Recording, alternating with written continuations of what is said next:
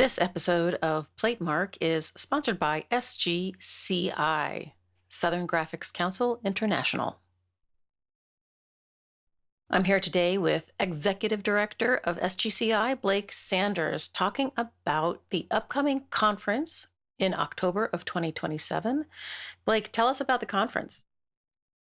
The next conference is October 2027 in Pittsburgh. The conference theme is Confluence. Pittsburgh, known as the city of bridges, the Allegheny and the Monongahela come together to form the Ohio River. And that makes a lot of sense for me as a printmaker to have two things that are important come together to make something bigger and better. The hub of this conference is very walkable. We're going to be centered with our institutional partners, Carnegie Mellon University and Pittsburgh University, and we'll be collaborating with cultural institutions like Artist Image Resource and the Carnegie Museum of Art, as well as the Warhol Museum and the Mattress Factory. We have our outstanding printmaker, formerly known as the Lifetime Achievement Award winner, chosen. We're not quite ready to tell you who that is yet, but stay tuned. It's coming soon. Ooh, can't wait to find out who that is. That's exciting. Tell us about Confluence's programming and efforts on SGCI's part to expand its reach. For Confluence, we're really trying to expand the circle. So one way we're doing that is some dedicated programming for curators, for our historians, for folks that are print enthusiasts but not necessarily makers. Likewise, there's efforts in place to engage with the local schools in Pittsburgh and have some programming, some workshops specifically for K-12 educators as well. The call for participation, the first round will go live June 1st through July 31st. So that gives folks a pretty good window, even if they are sort of checked out for the summer. And then a call for round two will start August 15th through October 15th. Let me make sure I've got this right. So the first round is for people to offer up themselves for the panels, the demos, the portfolios, and any of these incubator talks. And then the second round is for people to jump onto those plans and offer themselves up to collaborate with the first round people who are leading the sessions. Is that right? Everybody noticed that the portfolios all featured the same 12 or 20 artists. Doing it this way asks the event organizers to choose at least 50% of their roster from the broader membership. So they're not just recruiting all their buddies and we're not seeing all the same people. I confess these incubator sessions sound really intriguing. The incubator sessions are a good introductory way to get involved in the conference too, because again, those are casual conversations around a print topic of your choice. So typically you have an organizer, maybe two or three moderators that sort of run the show and maybe give a brief introduction to the talk, but then it opens up. So those are very productive conversations that I've learned a lot from. Do you know the history of the incubator? I do not. The incubator started in 2012 at the New Orleans conference, and that it was because SGCI was founded in New Orleans over a bottle of Jack Daniels in a hotel room by a handful of academic printmakers. So Beauvais Lions organized the first round of incubators for that conference and bought a case of Jack Daniels to give to all of the incubator organizers. That tradition, the whiskey hasn't continued, but the incubators have. Gotta say, Blake, October 2027 sounds like a really far-off date. Is now the time to register? Because we are now on a biennial conference schedule, we're able to give you an extra special super early bird registration rate. Go to the SGCI website right now, sgcinternational.org. You can find the Confluence information. If you're super excited about the conference, and why wouldn't you be, you can pre-order your conference t-shirt right now. And once you find the site, you can check back regularly. If folks want more information about SGCI, go to sgcinternational.org. Again, that's sgcinternational.org.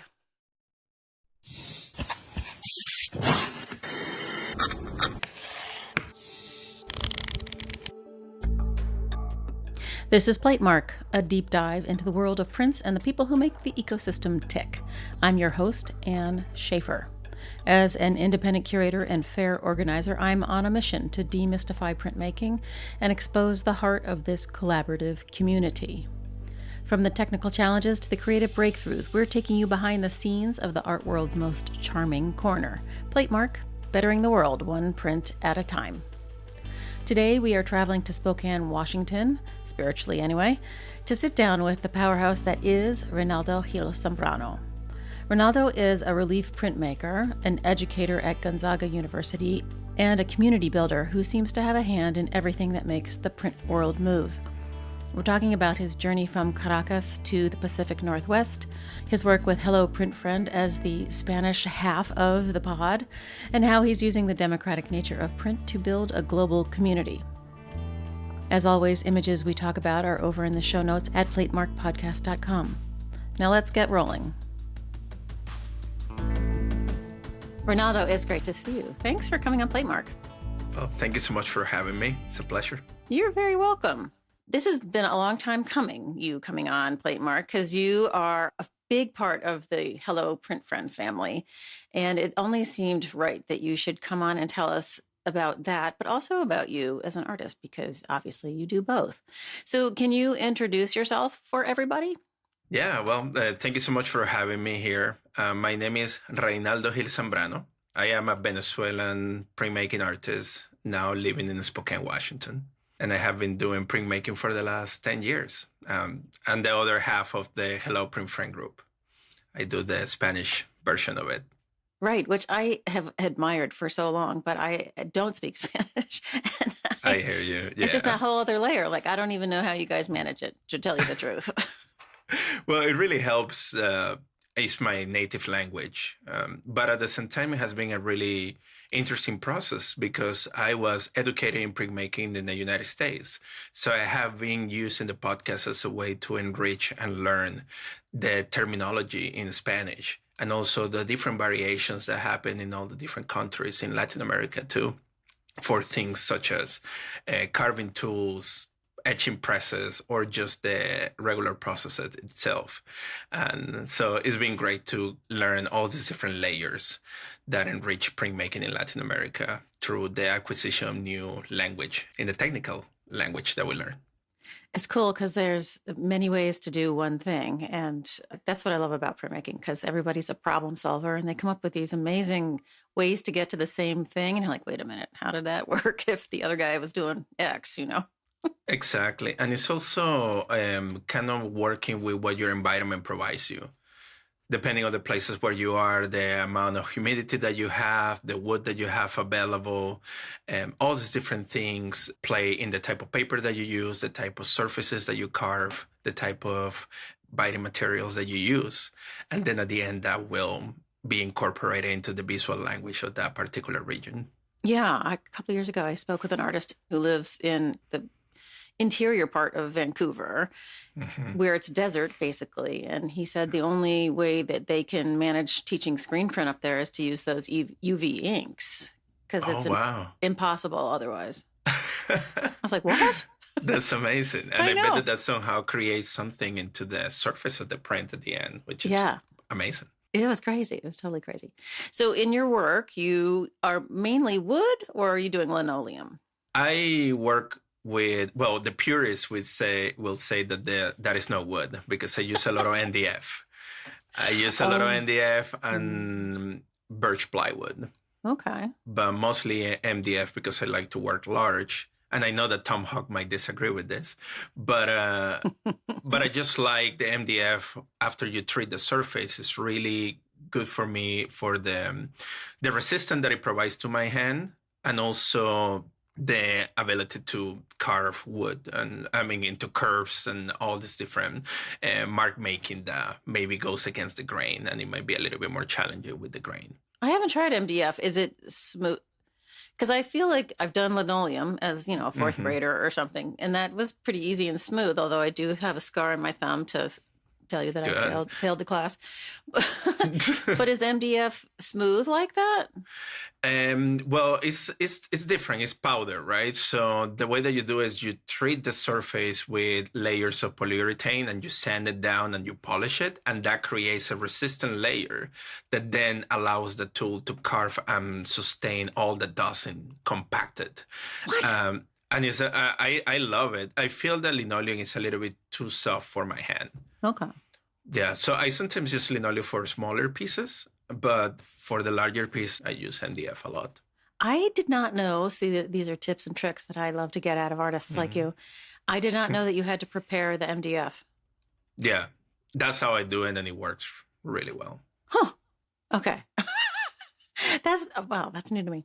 This is what I love because, as a curator, you don't ever have to have done the thing you're studying, which is hilarious, really, because I feel like all curators should go and take a printmaking class. But okay. I agree. Mm-hmm. So tell us about the content in the work, because there are elements of Huck in there, but it's a very different aesthetic in the end. I mean, it's packed with ideas and stories and imagery, but it takes on a whole different kind of surrealist feel than his work.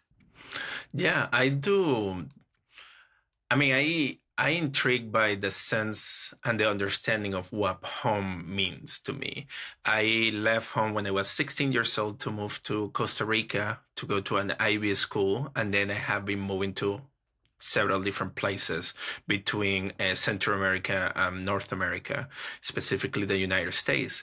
And one of the things that I have been able to do is really get to understand growing as a human being, and also getting to see this appreciation for magical realism and archetypes and finding similarities that kind of unify us as human beings despite all the different borders that we have and the different languages and religion and political views. So it's kind of like a playfulness, a sense of play with the imagery, in order to rediscover or understand the inner worlds that we have, try to bring connection between ourselves in the celebration of the collective consciousness, and also try to challenge the imagery and see how much I can pack here without really compromising and making it too much. Still keeping it dynamic, still having movement, still making it interesting and engaging, and then giving you enough as a viewer that later on you come back and see it again and you can gain a reward for the time that you have spent with the work. So it's thinking about memory, thinking about the things that can somehow trigger those moments of reflection towards the things that we did when we were children, and this idea of home, this idea of family, this idea of what does it mean to feel like you belong to a place. Sometimes that can be the unconditional love that happens into this box that we call house. Sometimes it could be a community where you share a meal and you start somehow bringing back all the different histories of the different foods that you used to prepare as a kid, but then the other person have never tried. Reconstructing all this into the personality that we have as humans when we immerse ourselves into a new world. So it's kind of like that. It's playfulness and storytelling. I feel like the playfulness aspect it comes from a South American kind of essence or something, because when I think about home, I don't go magical on. You know what I mean? Yeah. Like it's fascinating. There's this sort of cultural through line that comes through in your work that has its roots really deep in South America. Yeah, and it's in Latin America in general. I feel, well, I'm going to specifically talk about Venezuela, where I grew up, is this sense of telling stories is one of the main things that we do to interact with others. I remember being a little kid and everybody around the table, everybody eating, that will be the treat that you share with somebody else. Besides the drinking and besides the food, it will be somebody just impersonating these characters and telling these stories. So all this story will be based on things that happen every day, like mundane things. But the way that the storyteller infuses it with magic and exaggerates some of the things, it just makes these characters bigger than life. And that's something that you can see in Latin American writing and magical realism with Gabriel Garcia Marquez or Horacio Quiroga. So that's something that has been so embedded into me that I see in children books that I grew up reading from Venezuelan illustrators. That is just the way that I understand the world, and I want to preserve it through, providing this sense of grandiose attributions to little characters in a way. The interesting part about it that I'm thinking back to my childhood, and we used to tell stories around the table too, but in a very different sort of way. I mean, my dad would, recount his best, office jokes or what, like it was different. And the thing that what you're describing does is it encourages imagination and creativity in the kids, seeing the adults play and be free with things that can be not so free in other households. Oh, like what? Tell me. Oh, well, I want to hear that. I mean, we had humor and stuff, but it's really interesting. I mean, I have, friends whose parents would never have encouraged them to go to art school, like that, that's not, and my dad was like, art history, what are you doing? And I'm like, Dad, watch, I'm going to get a job in a museum and I'm going to make it, damn it. And look at you now. Well, yeah, well, thank you. But, it was not because of him. I hear you. If you know what I mean, Yeah. Mm-hmm. So that's something I really appreciate, because to me, there's nothing more important than encouraging creativity and imagination. Yeah. And I feel that this is something that it's just the way, I mean, at least in my family, it was like that. It was a sense of that's how you make a connection with the different generations. My dad will tell stories. My uncles are really good storytellers. And then there was my godfather, and my brother also has that skill. But it will be this sense of connection as a family, everybody around, maybe drinking, and you will be the little kid listening, and they will just tell the stories, and you feel in a way connected to them because you can see yourself reflected as a children in these stories too. But yeah, I mean, in the sense of encouragement towards the arts, I was really lucky to have parents that they saw the potential, and even when we didn't have any other family member who was pursuing the arts, the visual arts, they saw it, and then they allow me to explore it. So I used to share my bedroom with my brother growing up, and I started drawing on the walls, driving my mom crazy. And then she said, you know what? You're going to get the wall next to your bed, and you can paint, draw whatever you want, but then you are responsible cleaning it up. And that was her way to somehow preserve the integrity of the house and limit it to that wall.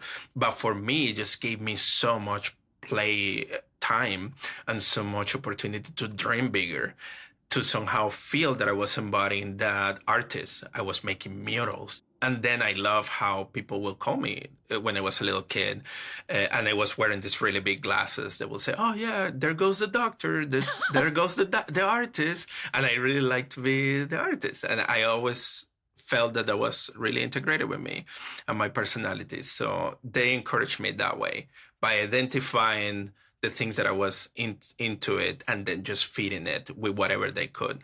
It's amazing to me that your mom allowing you, as probably a pretty active kid, to draw on the wall will lead you in the end to being somebody who loves to paint murals on buildings and make connections in neighborhoods. So, I mean, it's really fascinating how that came through. Yeah. Yeah, all these different things. And also, I learned so much from my family of, you go to a new place, let's make a barbecue. Let's bring some beers. Let's pass around a bottle of rum. The food is what brings people together, and we tell stories, and now we're family. And that's pretty much how I use printmaking. I found in printmaking this sense of community and collaboration that I didn't see in any other process, that somehow resonated with the way that my family used to create community too. So it's just all these different examples that they show me on how to feel part of something. I get to incorporate into my practice later on. The thing that's striking me is this you're you seem like, even from a really young age, as someone who could see the big picture, where I was just happy making art in my little way, that you saw the connectivity and you noticed that printmaking is different than other aspects of the art world where it offers community in a way that others don't. And I mean, you're a big picture thinker, I think. Yeah, and I think I got it from my mom. Yeah.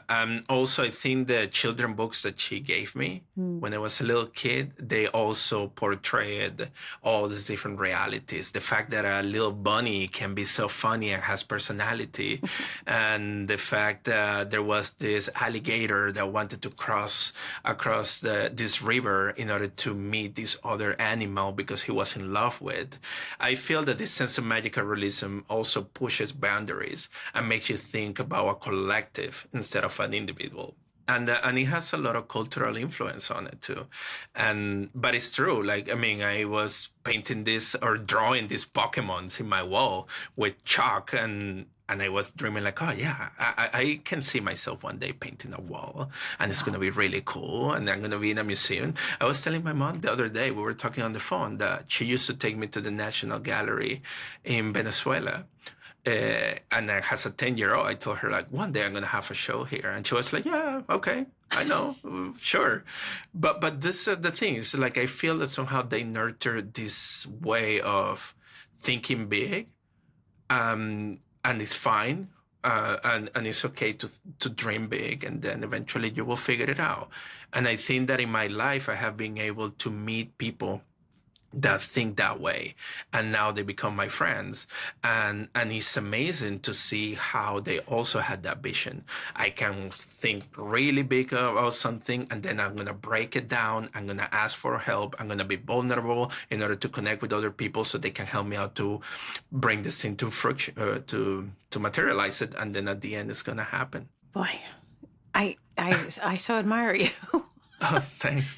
It's fun, yeah. And you know, it's funny because I was talking to Miranda the other day after one of our meetings for the documentary we're doing right now, and she was asking me that, like, how is it possible that somebody can have that sense of mindset? Like, what are we trying to accomplish when we set ourselves to do something that is big? And I was asking my mom about it too, and she was saying, like, well, it's just because we see the possibilities on things, and we feel that we can make things better because we can act on it and we can make them happen for others. And that's something beautiful. It is, and you have proven that you believe it and you live it. So you in addition to being an artist, you teach at Gonzaga at the moment, Gonzaga right? University, yeah. Yeah, in Spokane, I guess. It's in Spokane. Yeah. And also you started a print festival, and you are the co-host of Hello Print Friend, and you are making film documentaries about printmaking around the world. And I think I've missed a few things. Yeah, I'm the co-founder of the nonprofit, the Spokane Print and Publishing Center, which is That's the our thing. community print shop. Okay. Yeah. And you have two kids under the age of 3. Yes.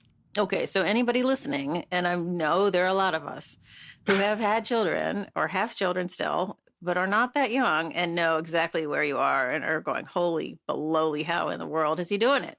I mean, I have been very fortunate to have my partner who is really supportive, right? And is somebody who we can work and collaborate in order to make an environment where we can sustain our family, you know, and provide with what they need. But at the same time, she's an artist too, so she understands the creative process and how we can somehow set aside time in order to pursue the things that we need to do. But I also have to cut down in many of the projects and learn how to delegate in order for some of the projects to continue happening without my participation in 100% investment. And also is with Gonzaga, I got parental leave, so I was able to take off a whole semester in order to dedicate myself to the family. And that's one of the main reasons why I have to step away from doing the podcast. So I took a little break from recording interviews because something needed to give up. But then I was okay. I'm going to take a break from this, but I'm going to continue to do the documentaries. So little by little, scaling down. Right. Well, let's talk about the documentaries because yeah, I haven't seen them yet, but I plan to. And by the time this airs, it will have already occurred. But we're screening them at the Brooklyn Fine Art Print Fair in April of 2026, which is super exciting. And yeah, everybody's so excited. Stoked. Yeah. So who dreamed up this project? Well, so this, I think, came naturally from having the podcast, having all these different interviews, and then somehow seeing these stories were a little bit bigger than what we were recording on the conversations. I personally was like, man, like I love these talks, but we didn't even have this format of having the video next to the talk or the conversation. So I started thinking like, wow, like it would be amazing if we could be in the space and having the interview with the artists in their studios, because there is so much diversity where people are doing printmaking, this beautiful thing that we love so much. So my wife and I, the summer of 2021, we were kind of like, you know what? What if we do field trip around the United States, but then we also do it kind of like a fun project and we go and visit people and we film them. So we drove around 6,000 miles around the United States, all the way to Florida. We went through Chicago, Oklahoma, we went to all these places, Dallas, all the way to Utah, and came back.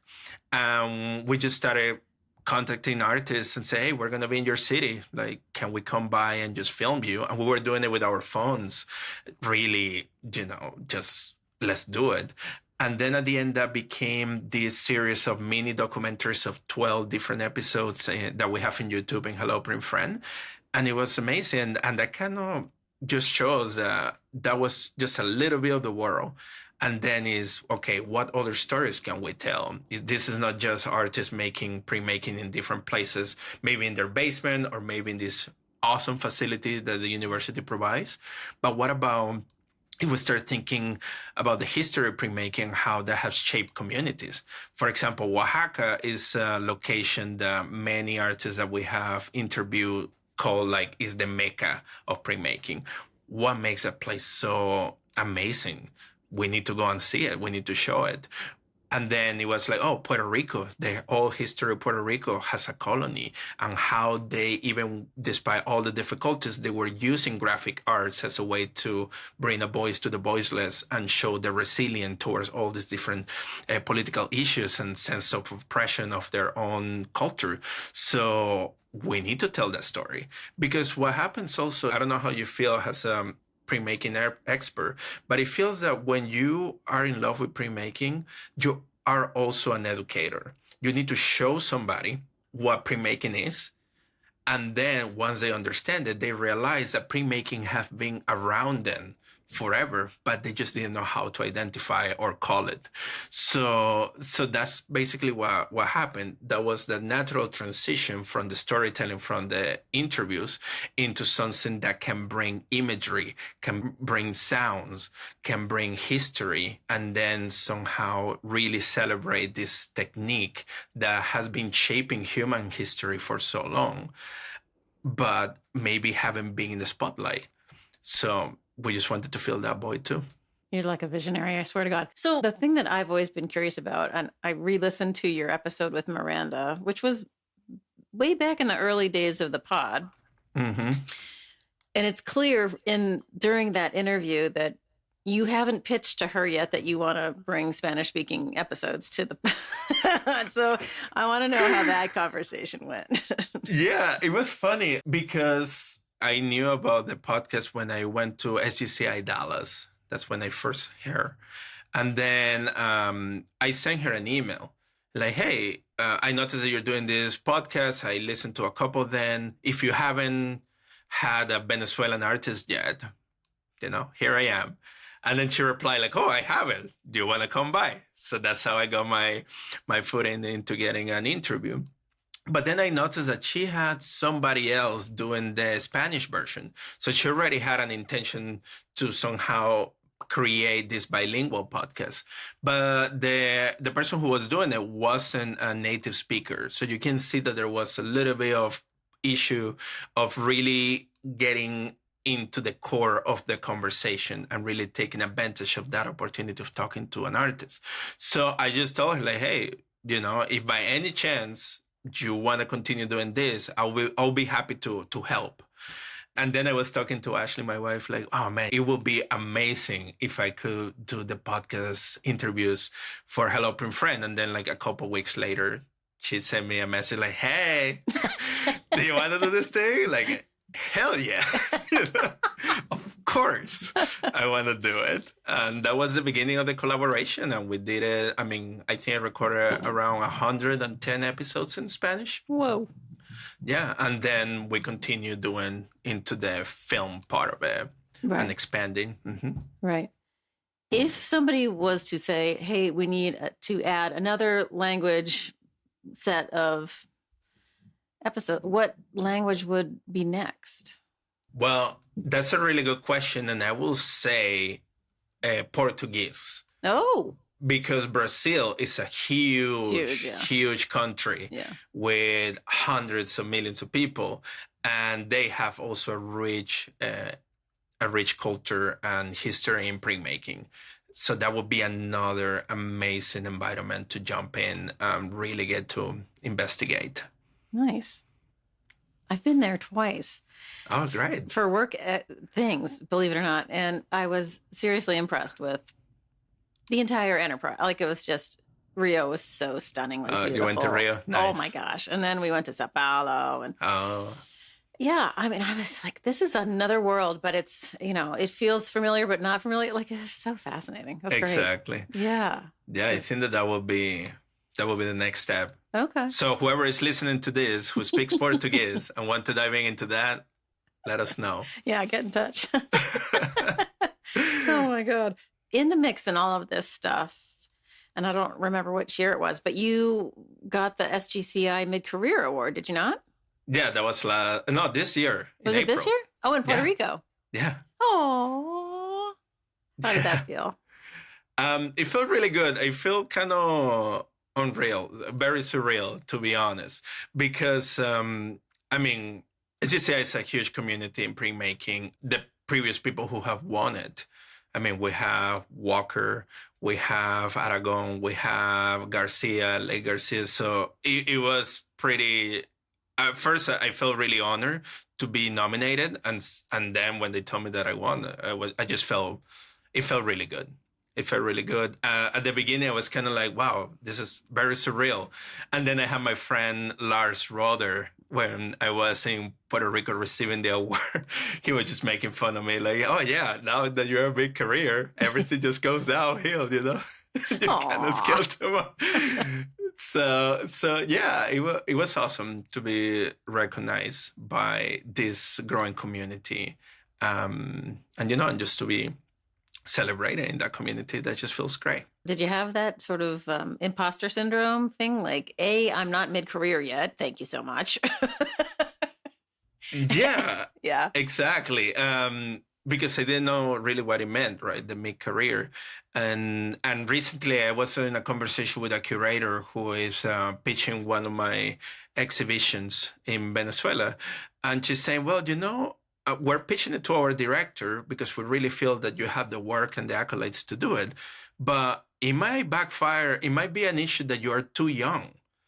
And I said, wow, so how old are you? I'm 35. Like, oh yeah, you might be too young, but your resume and everything that you have created definitely saying that you deserve to be here. But just so you know, that might be a little thing because the mid-career is often thought to be somebody who is a little bit older. Yeah, in their 40s. Yeah. Yeah, so it's interesting just to see that part and navigate it. But I mean, I'm happy to take the challenge, and I would love to do things. You'll take it. Yeah, give me a chance. Yeah, I'll try it. And also this year, or was it last year, you had your first museum solo show. Yeah, that was in Northwest Museum of Art and Culture here in Spokane, a beautiful exhibition curated by Ann Mitchell. That was another amazing experience. They did such a beautiful, amazing work with that exhibition.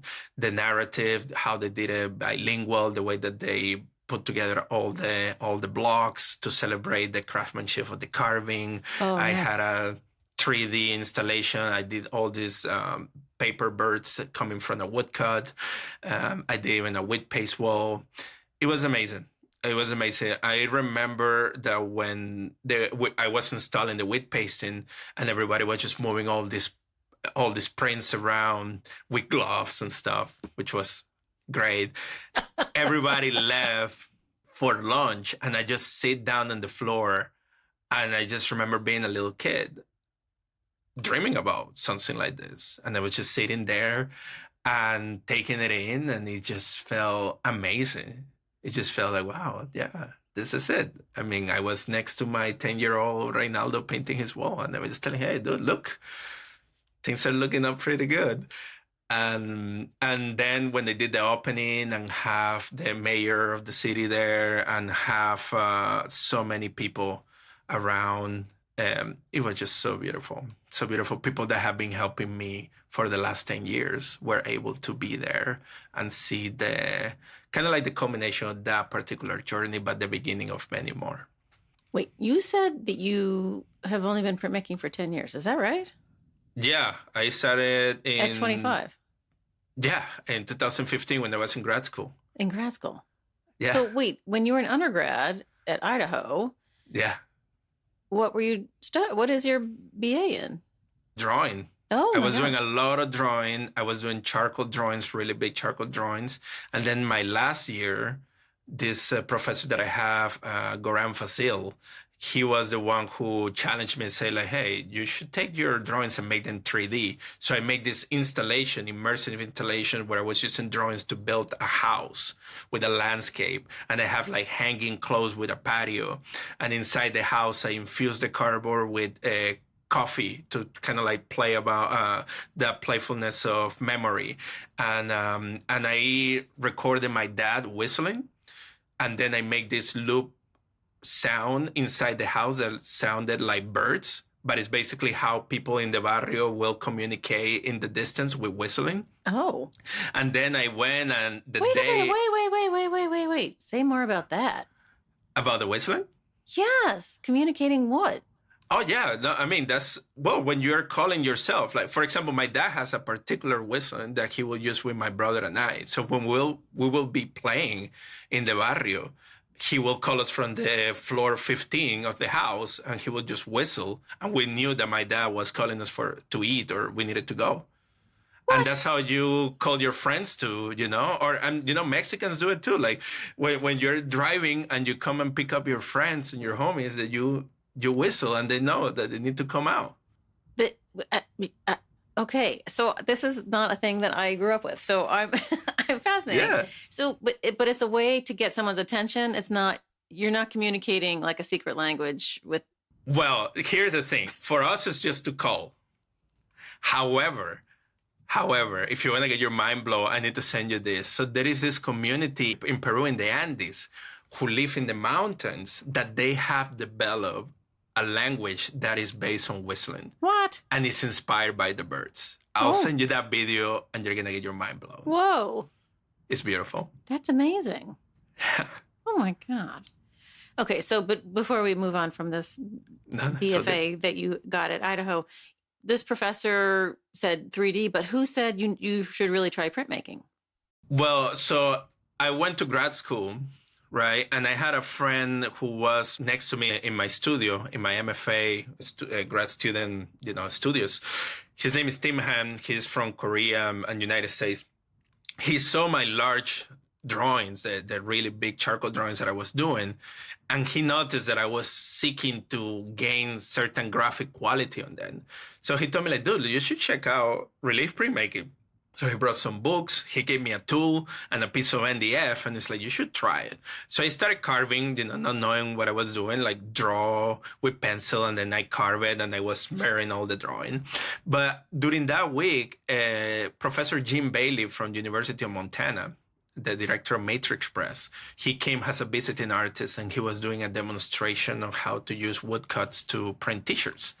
And I finished my blog, and I went there, and when I think that was one of the first glimpses that I got of community. He was there showing all the secrets with no problem. And he was so happy that somebody else will print his blogs into their t-shirts.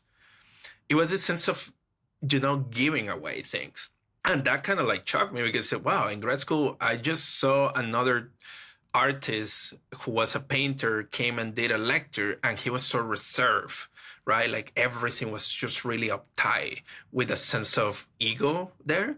But in this case, Jim Bailey, who was so open and so happy. And then I printed my blog, and he was like, oh man, this is awesome. So that kind of started. And then my professor, Mike Sonicson, mentioned Southern Graphics, and he showed me one of the portfolios.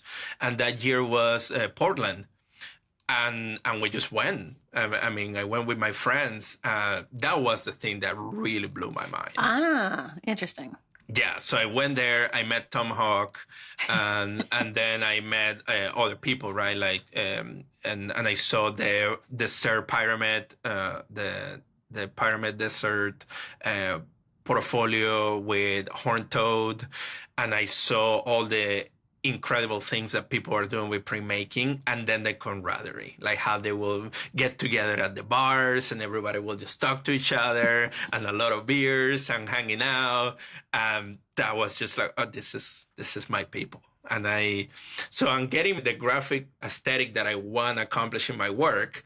I can carve and then make multiples, and then I get to hang out with people that are cool. So this is perfect. It just clicked. Everything just clicked so well. And that's how I started into printmaking. At Gonzaga, are you the print person, or are there other people teaching printmaking? No, I am the printmaking figure drawing professor. Oh, and figured. Oh, boy. Yeah. Oh, so you're teaching all of the techniques. Yeah. Love, hate, litho. I mean, litho is one of the things that I continue to try to learn. Somehow I haven't been able to fully gain to be in a stage where I can problem solve enough that I can teach it. So it's one of those things. I have Kevin Haas here, like teaching me a couple of workshops. I even signed up for a couple of workshops with Frogmans, but it happened during the pandemic, so they got canceled. One in Tamarind that also got canceled. So it's kind of like this thing that I'm trying, but it's pushing back. And then when I was in Hello Print Friend Studios, I learned a little bit more with Tim Pauschak. But still, it's one of those things that it doesn't click in my head yet, but eventually we'll make it happen. We had a beautiful collection of stones in Gonzaga, so we definitely have the equipment to be a space where people can come and study lithography in the region for sure. Is printmaking an actual major? Because there's so many schools where it's just something you can concentrate or, minor or something. It's concentration. We have a BFA, but yeah, it's mostly a concentration. I agree with you about this idea that, once we get you in, you cannot ever turn your back on it again. And I feel like that with schools, like if just could get the administration to understand, Yeah. Oh. Yeah, we try. I mean, at the end, this is something that I learned from Ryan O'Malley. And he told me, man, focus on the things that you can control and the things that you care about, which is a student. Do it for yourself too. And at the end, everything's going to be fine. Okay. So that's what I have been doing. Yeah, no, Ryan is awesome. I mean, that's why he'd make all those amazing projects there. The Also Bay print fest that he does. It just brings Dennis McNaid, and they do parades and they burn boats and it's a huge party. It's amazing. And that's another thing that I love about being an artist or and an educator too. It's like the core of everything is printmaking and making work and solving problems and drawing, right?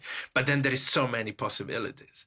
It's like, okay, you can do performance, you can do parades, you can build things, you can activate walls, you can activate space, you can bring your friends and do something even cooler. And at the end, all those things learn something really important to our students, which is first, you can be a proactive member of your community. Second, you can use collaboration as a way to achieve bigger things that maybe seem a little bit overwhelming. And then you really have the power to activate and make the space around you better. And while you do it when you're having fun, you become part of that history. And that's amazing. I don't know if any other majors can do that. I don't know. Sometimes I feel that some other majors are a little bit uptight. And then that sense of openness the arts offer can be a little bit scary because you don't have a defined path. But if you go over that and you accept that fear is something that is going to bring you a lot of positive things, if you just step a little bit beyond that fear, there is so many possibilities. Man, it's just so good. We have the best career ever. I kind of like control. I hear you. It's not for everybody, though. That's right. But that's why it's good to have that conversation with yourself. Like spend some time with yourself and really ask the hard questions and realize, okay, why are you doing the things that you do? And then when you figure that out, you can start making decisions. Yeah. No, I think that's right. Yeah. You were one of the first artists to go make work with Tim and Miranda at Hello Print Friend Studios in Chiang Mai, which is newly organized and on its way. Tell us what it was like there. I haven't been to Thailand ever, so I'm so curious.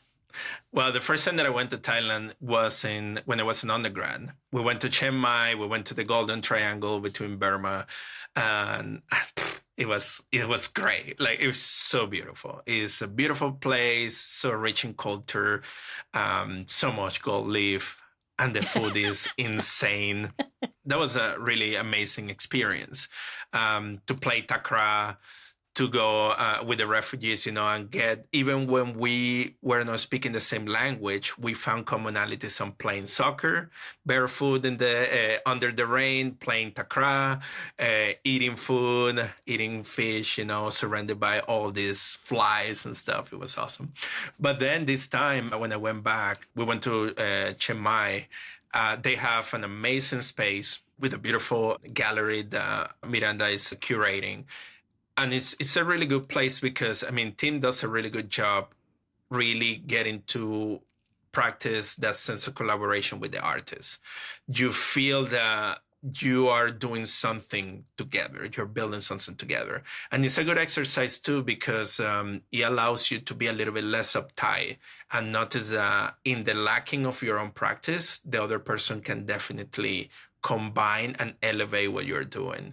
So having that sense of vulnerability, sharing, and then at the end, putting this thing together. And that guy is a workhorse. And Ned, his assistant, is they are going to dive in and we're going to make this thing happen. And in a week, we're going to make 4 layers. We're going to put woodcut. We're going to put play litho, try some touche. Oh, we should do some gold leaf on it. Let's make it happen. It was amazing. And at the same time, I happened to be at the same time the Swan Caledonia Curry was in the studio, which is one of my heroes since I was in undergrad.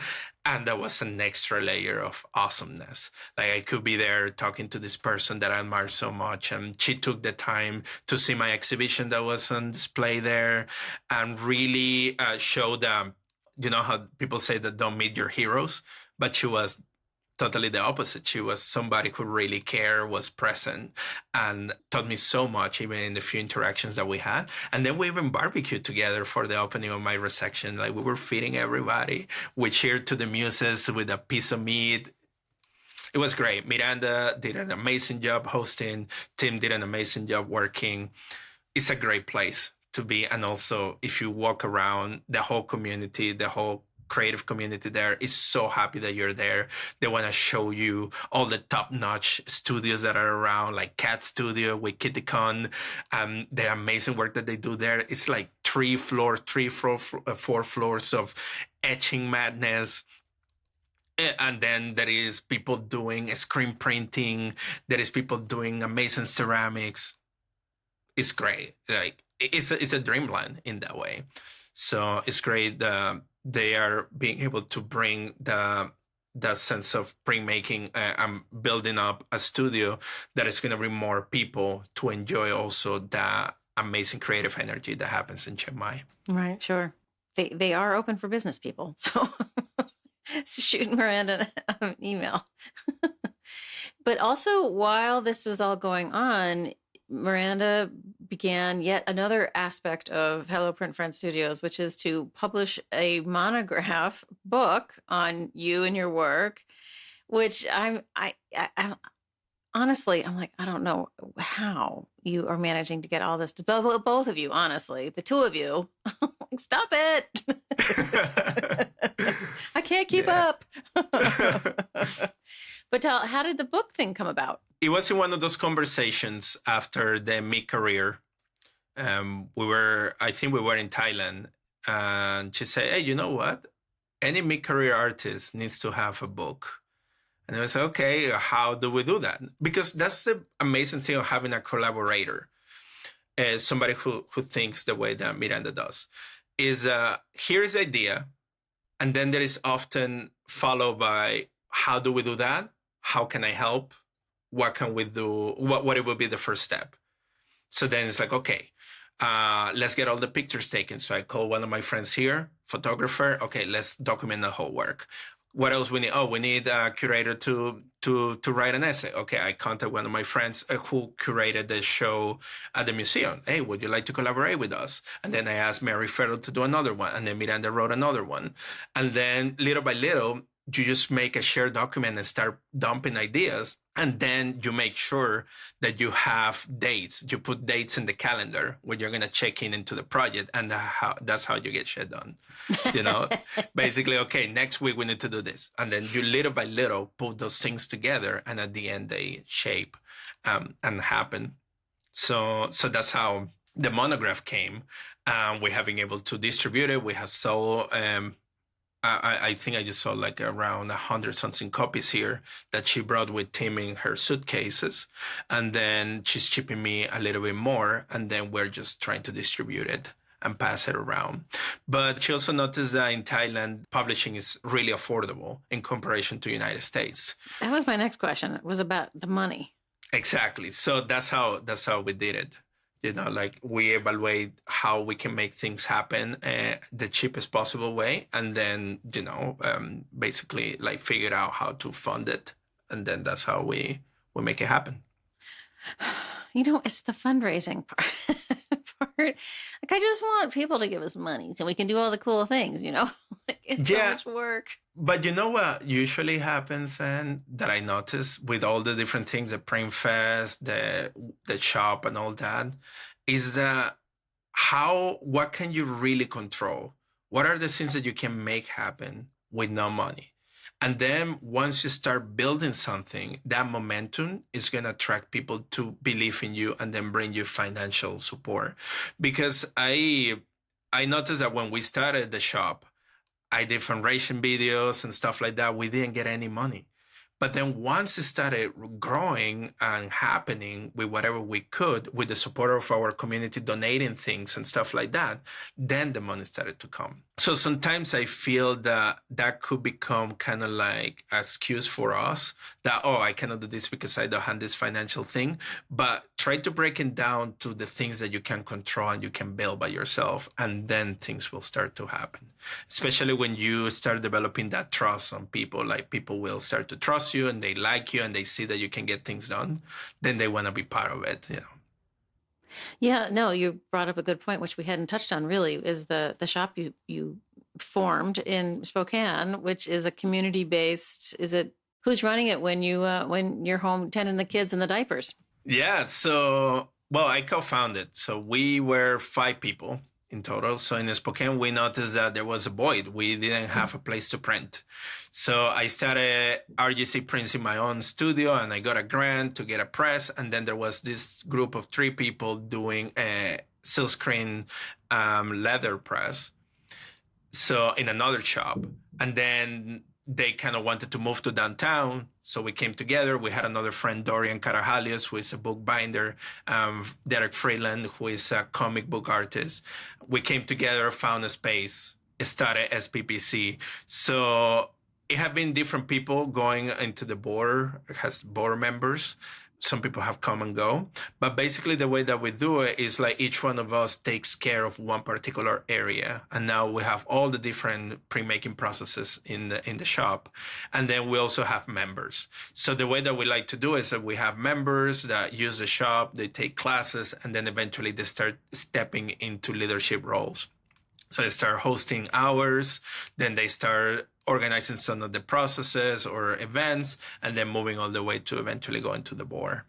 So they were the ones taking care of things while I was away, but now I'm stepping back. I'm taking care of some other things because Print Fest, for example, is something that I like to organize. Right. So when does that happen? Every April. For the last 7 years, we have been doing the month of April, celebration of all things print. So we have workshop, we have a print fair. Sometimes we do documentary screening. We invite artists from other places, and it's kind of like a whole ecosystem of activities surrounding printmaking. I mean, it sounds like Print Santa Fe, Print Houston, Print Austin. Yeah, exactly. Print Austin, Print Santa Fe, or Grabadolandia, all these amazing festivals that somehow like show ways to incorporate the community into the process and get them to enjoy it too. I'm tired thinking about it.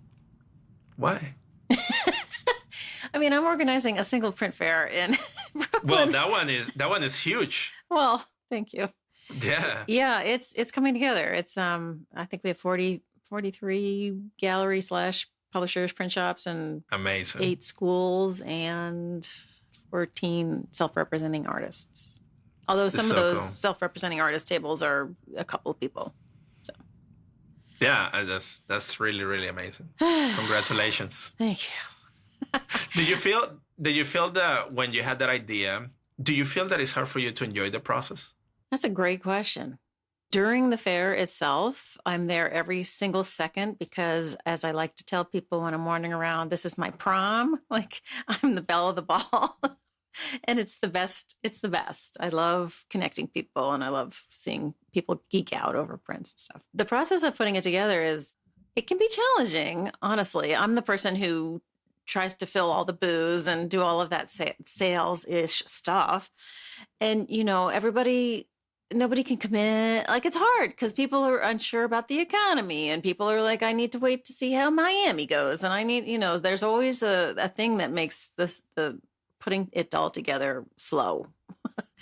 And I just want to nail it down and be done with it and move on to promoting it, But it is fun. And it's, the best part about it is getting to know the people. Like it's a definite feeder for the pod. Like I'm like, oh, I need to talk to you about XYZ. And so that's fun because they feed on each other for sure. But yeah, it's, Brooklyn's fun. It's going to be great.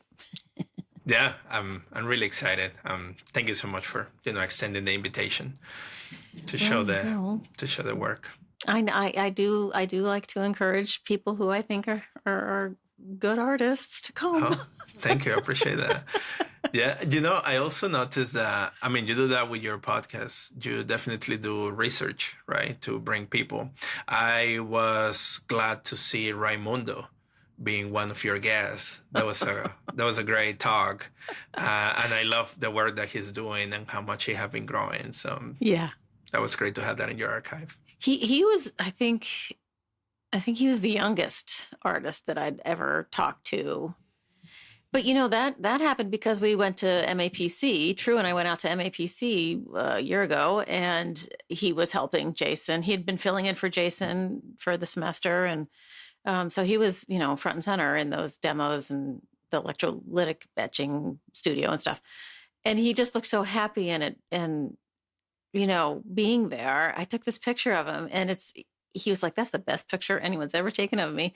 It's my new headshot. I'm like, oh, funny. And so we just started chatting, and I was like, I think we should talk. Let's talk. So research might be a stretch. Like if you catch me and we have a chat that's substantive enough, I'm like, you're on my list, Yeah. That's how that happens mostly. Well, that's kind of like the amazing thing about what we do, because that is research. I mean, going to the space, going to the place, engaging with somebody, asking the right questions, all those things. But yeah, he has an amazing energy. It's contagious. And it just reminds you too of the beauty of teaching, really loving something, being so eager to share with other people, because it's such a fulfilling thing. I feel like that about the pod. Like now that I'm not in an institution anymore, like this is my teaching. Like it was exhausting teaching with the museum collection, I have to say, because it was just exhausting. But maybe I'm getting old, I don't know. But I mean, it was also the most rewarding part, Yeah, there is also the bureaucracy, right? Administration, all those other things that somehow take away from the priority, which is the teaching part and the student. I was also going to tell you that conversation that you had with Miranda Metcalf during SGCI, one of the activities in Zoom that you were talking about museum collections and how to approach curators. That was really helpful. There was a couple nuggets there of practical things that everybody can implement. Oh, good. I'm glad. I feel that was really, really helpful. So yeah, this was a program that SGCI put together over the summer. Miranda and I decided to do this. Miles, who's the current president, approached us and said, "Can we do something?" And so it was a Zoom call for members only, and it was basically about how does an artist approach people like Miranda and me in order to, help them move forward with their work or whatever. So yeah, I was spilling it about being a curator. But it was, I think that kind of information is too hard to find somehow. And it is, yeah. And interestingly, the very first episode that we published for Platemark was me and Ben Levy talking about critiques and studio visits, just that sort of stuff. And it remains the most downloaded episode of all, which I find fascinating. Yeah. Yeah. Yeah, you cannot find that in books. I mean, and there is also so many, it's kind of like stereotypes, right? Or things that people feel that is the way to approach it. But nowadays, things are totally different. I have been approached by curators through Instagram, for example. And I remember being in grad school and having professors tell me that social media was a waste of time. So it's kind of really as an educator, getting to understand and adapt to all the different platforms that exist right now and see the potential in them and providing a value for what they are. Yeah, no, things have definitely changed. And they've changed since I left the museum, to tell you the truth. Like, I listen to people talking about stuff now, and I'm like, what? Whoa, things have changed. Oh, God. Yeah. But I think the basics of connection and community and finding curators who appreciate the storytelling aspects of your kind of work and other people's kind of work, that the kind of prints that I really love. Artists have a really unique ability to make people think harder. And it can't, I suppose that can be threatening, but for the most part, it's always a mixture of awe at the ability to make the picture tell the story and also to just tell it. Like, it's this really interesting. And as you and Miranda talked about on your interview with her long ago, about the idea of telling the story without the use of words and language and those barriers, because we all speak different languages. Like, I thought that was a really, really good point. That, well, and when you think back in history, that's exactly why the Catholic Church had those stained glass windows with all those pictures. Like, they're telling the masses who couldn't read what the story was, and it, completely convinced however many millions of people to, devote their life to Jesus Christ, for better or worse. Right. There you go. Exactly. Yeah. Exactly. Yeah. Yeah. But that makes me think back to when you talk about the school in Costa Rica, and there were 72 kids and there were 60 languages being spoken. And I just thought, oh my God, this is exactly the kind of model the world needs to adopt, because if we can't change from competition to cooperation, we're sunk, right? Yeah, no, I agree. And yeah, that was probably the two of the best years of my life. And that's I don't know if you're familiar with the United World Colleges. I wasn't. I'm so fascinated, and I want you to share the story so that other people are like, wait, I got to look that up. Yeah, so United World Colleges was created, I believe it was after the Second World War. It was this idea of using education as a way to provide peace, right? So the whole system is there is a school where they bring students between the 16 and 18 years old, and they study the international baccalaureate there. But the whole ecosystem that is created is like all these different kids are going to be coming from different places around the world, selected by national committees that make the selection not only based on the level of education and the level of financial power that you have. It's based truly in this sense of being proactive and being a kid that really have a hunger for learning and for understanding and have a sense of really collaborating. So if you get selected, you go to one of the schools and then you spend 2 years there and you are roommates with people that came from the other part of the world, different financial background, different educational background. You live in these residencies, you collaborate with them, you study with them, you do cultural events. You basically develop the culture of that space. And then after those 2 years is you come out and you're totally changed. It was just something that I wish everybody could do, because now there is, I believe, 14 schools around the world. But it's just so hard to explain, like how you are faced with so many realities in those 2 years, and the whole experience of the world is just summarized to daily life. I'll give you an example. You are so close to somebody there because everybody's living in the same space that if you have a problem with somebody, you cannot hide. You need to face it and you need to talk to that person. That's one of the big lessons. You need to be proactive on speaking to this person and solve it. Then there is the fact that maybe your roommate, you don't know how to speak their language, but they're doing certain things that are kind of don't work for you. So you need to find a way to use your body language, sign language, whatever, in order to make that relationship work. Is the fact that they might be eating different foods. They might be praying in the middle of the day and you were studying in the room and you need to somehow communicate that you need to leave the room or you need to do this thing. It's just so great. So great. And that shaped so many things, in my life. And I feel that I have been lucky to get to attract all these different experiences that continue to reinforce this sense of collaboration and community in every place that I have been. It sounds ideal, really. It's so cool. It was so cool. And in the town that we were in, Santa Ana, Costa Rica, everybody knew who we were because we dressed really weird. And, and sometimes we were like barefoot walking around the town. And all the European girls were really hot and attractive. So they were like, oh my God, look at all the tall blonde ladies. And we will be doing food festivals. So you get to collaborate in the kitchen with this guy from Latvia, for example, making like potato pancakes and do beet soup, or maybe get introduced to feijoada from Brazil. And then you get to play takra with somebody with Thailand. And then you get to dance salsa with somebody from Slovenia. It was amazing. That's great. Yeah. Do you know who the administration is of those schools? Like, is it the IB, whoever they are, but where are they based? Do you have any idea? That is a really good question. The Queen of Jordan. Oh, Jordania. Queen Noor? I think she's the main director of it. Oh my God. Right now. Mm-hmm. And Nelson Mandela used to be one of the honorary directors too. And I think the headquarters is somewhere in the UK.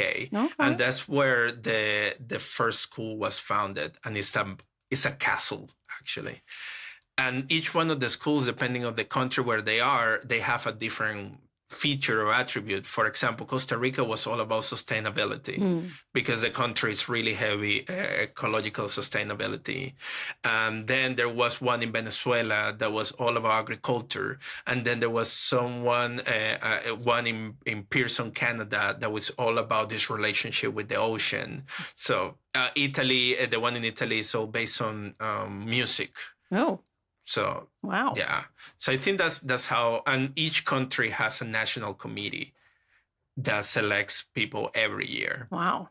So the United States have one, and the United States has a school it's called the Montezuma School, and I believe it's in New Mexico. Okay. Huh. It's a castle too. Huh. I'm trying to figure out how in the world I have never heard of these. It's amazing to me. Like, it sounds right up my alley. Now, how did I miss it? Yeah, and I didn't know about it until the girl who was sitting in front of me in Venezuela in high school, she got selected to go to the one in the U.S. And that's how wait a minute, how is this happening? And then I applied the next year. Oh my God. Amazing. Is it tuition free, I hope? Well, yeah, so they do an evaluation of your economical situation. And if you cannot really pay, like you go, that's not a problem. Like they will cover your costs. But if somehow you can pay a little bit, you get charged for that little bit. Right. But sometimes like anywhere, it happens that they make somebody who has influence go into the schools because they can pay their way. But the whole structure is that is not a boundary. That is not a problem. You should be selected for your character instead of how much you can pay. Right. Amazing. Yeah, but the schools are great. Yeah, look it up. UWC is amazing. That's yeah. Oh my gosh. It clearly affected you. And school affected me also. Like it put me on my path and all that good stuff. But this is feels like a school where I'm sure academics were important, but it's so much more, and it's so much about character, and it's so much about international cooperation. And it's just, yeah. Well, is there something coming up that you want to tell people about? And then we should probably wrap it up. Yeah, well, let's see. We're in post-production for our second documentary about Puerto Rico. We're really, really excited about it. We are going to be showing it at Brooklyn Print Fair. And also we have other locations during the year where we're going to be featuring that one and also the Oaxaca documentary. You can also see them in our second website, which is Hello Print Film. Film, yeah. I tripped over it the other day. Hello Film Friend. That's the thing. Hello Film Friend. Hello Film Friend. There's so many. Miranda, we need to. She's so funny. It's just so much stuff. But anyway, yeah, we have it there. And I'm working in a couple other projects. Well, by the time that this comes out, maybe they will be going on. But yeah, I'll just keep an eye on the social media and the RGC prints, and you're going to get to see more details of that because it's kind of like in the early stage. Okay. And I don't want to disrupt that. But yeah, if you had a chance to come to Spokane, Washington, come by. We have an amazing the SPPC, which is our community print studio. We have the John Turr Museum here, who has a really big collection of prints too. Also come by and check out the Gonzaga Print Studio. We hosted Rocky Mountain Printmaking Alliance Symposium here last year, and it was amazing. We dream of the possibility of making our town the host of an SGCI in the future too. Why not? I'm just going to try out there and see what happens, but maybe in the future. You do know how much work that is, right? Yeah. You are younger than me. Yeah. But let's see, That'd be great. See. That'd be great. Let's see. We're going to try it there. How far is Spokane from Seattle?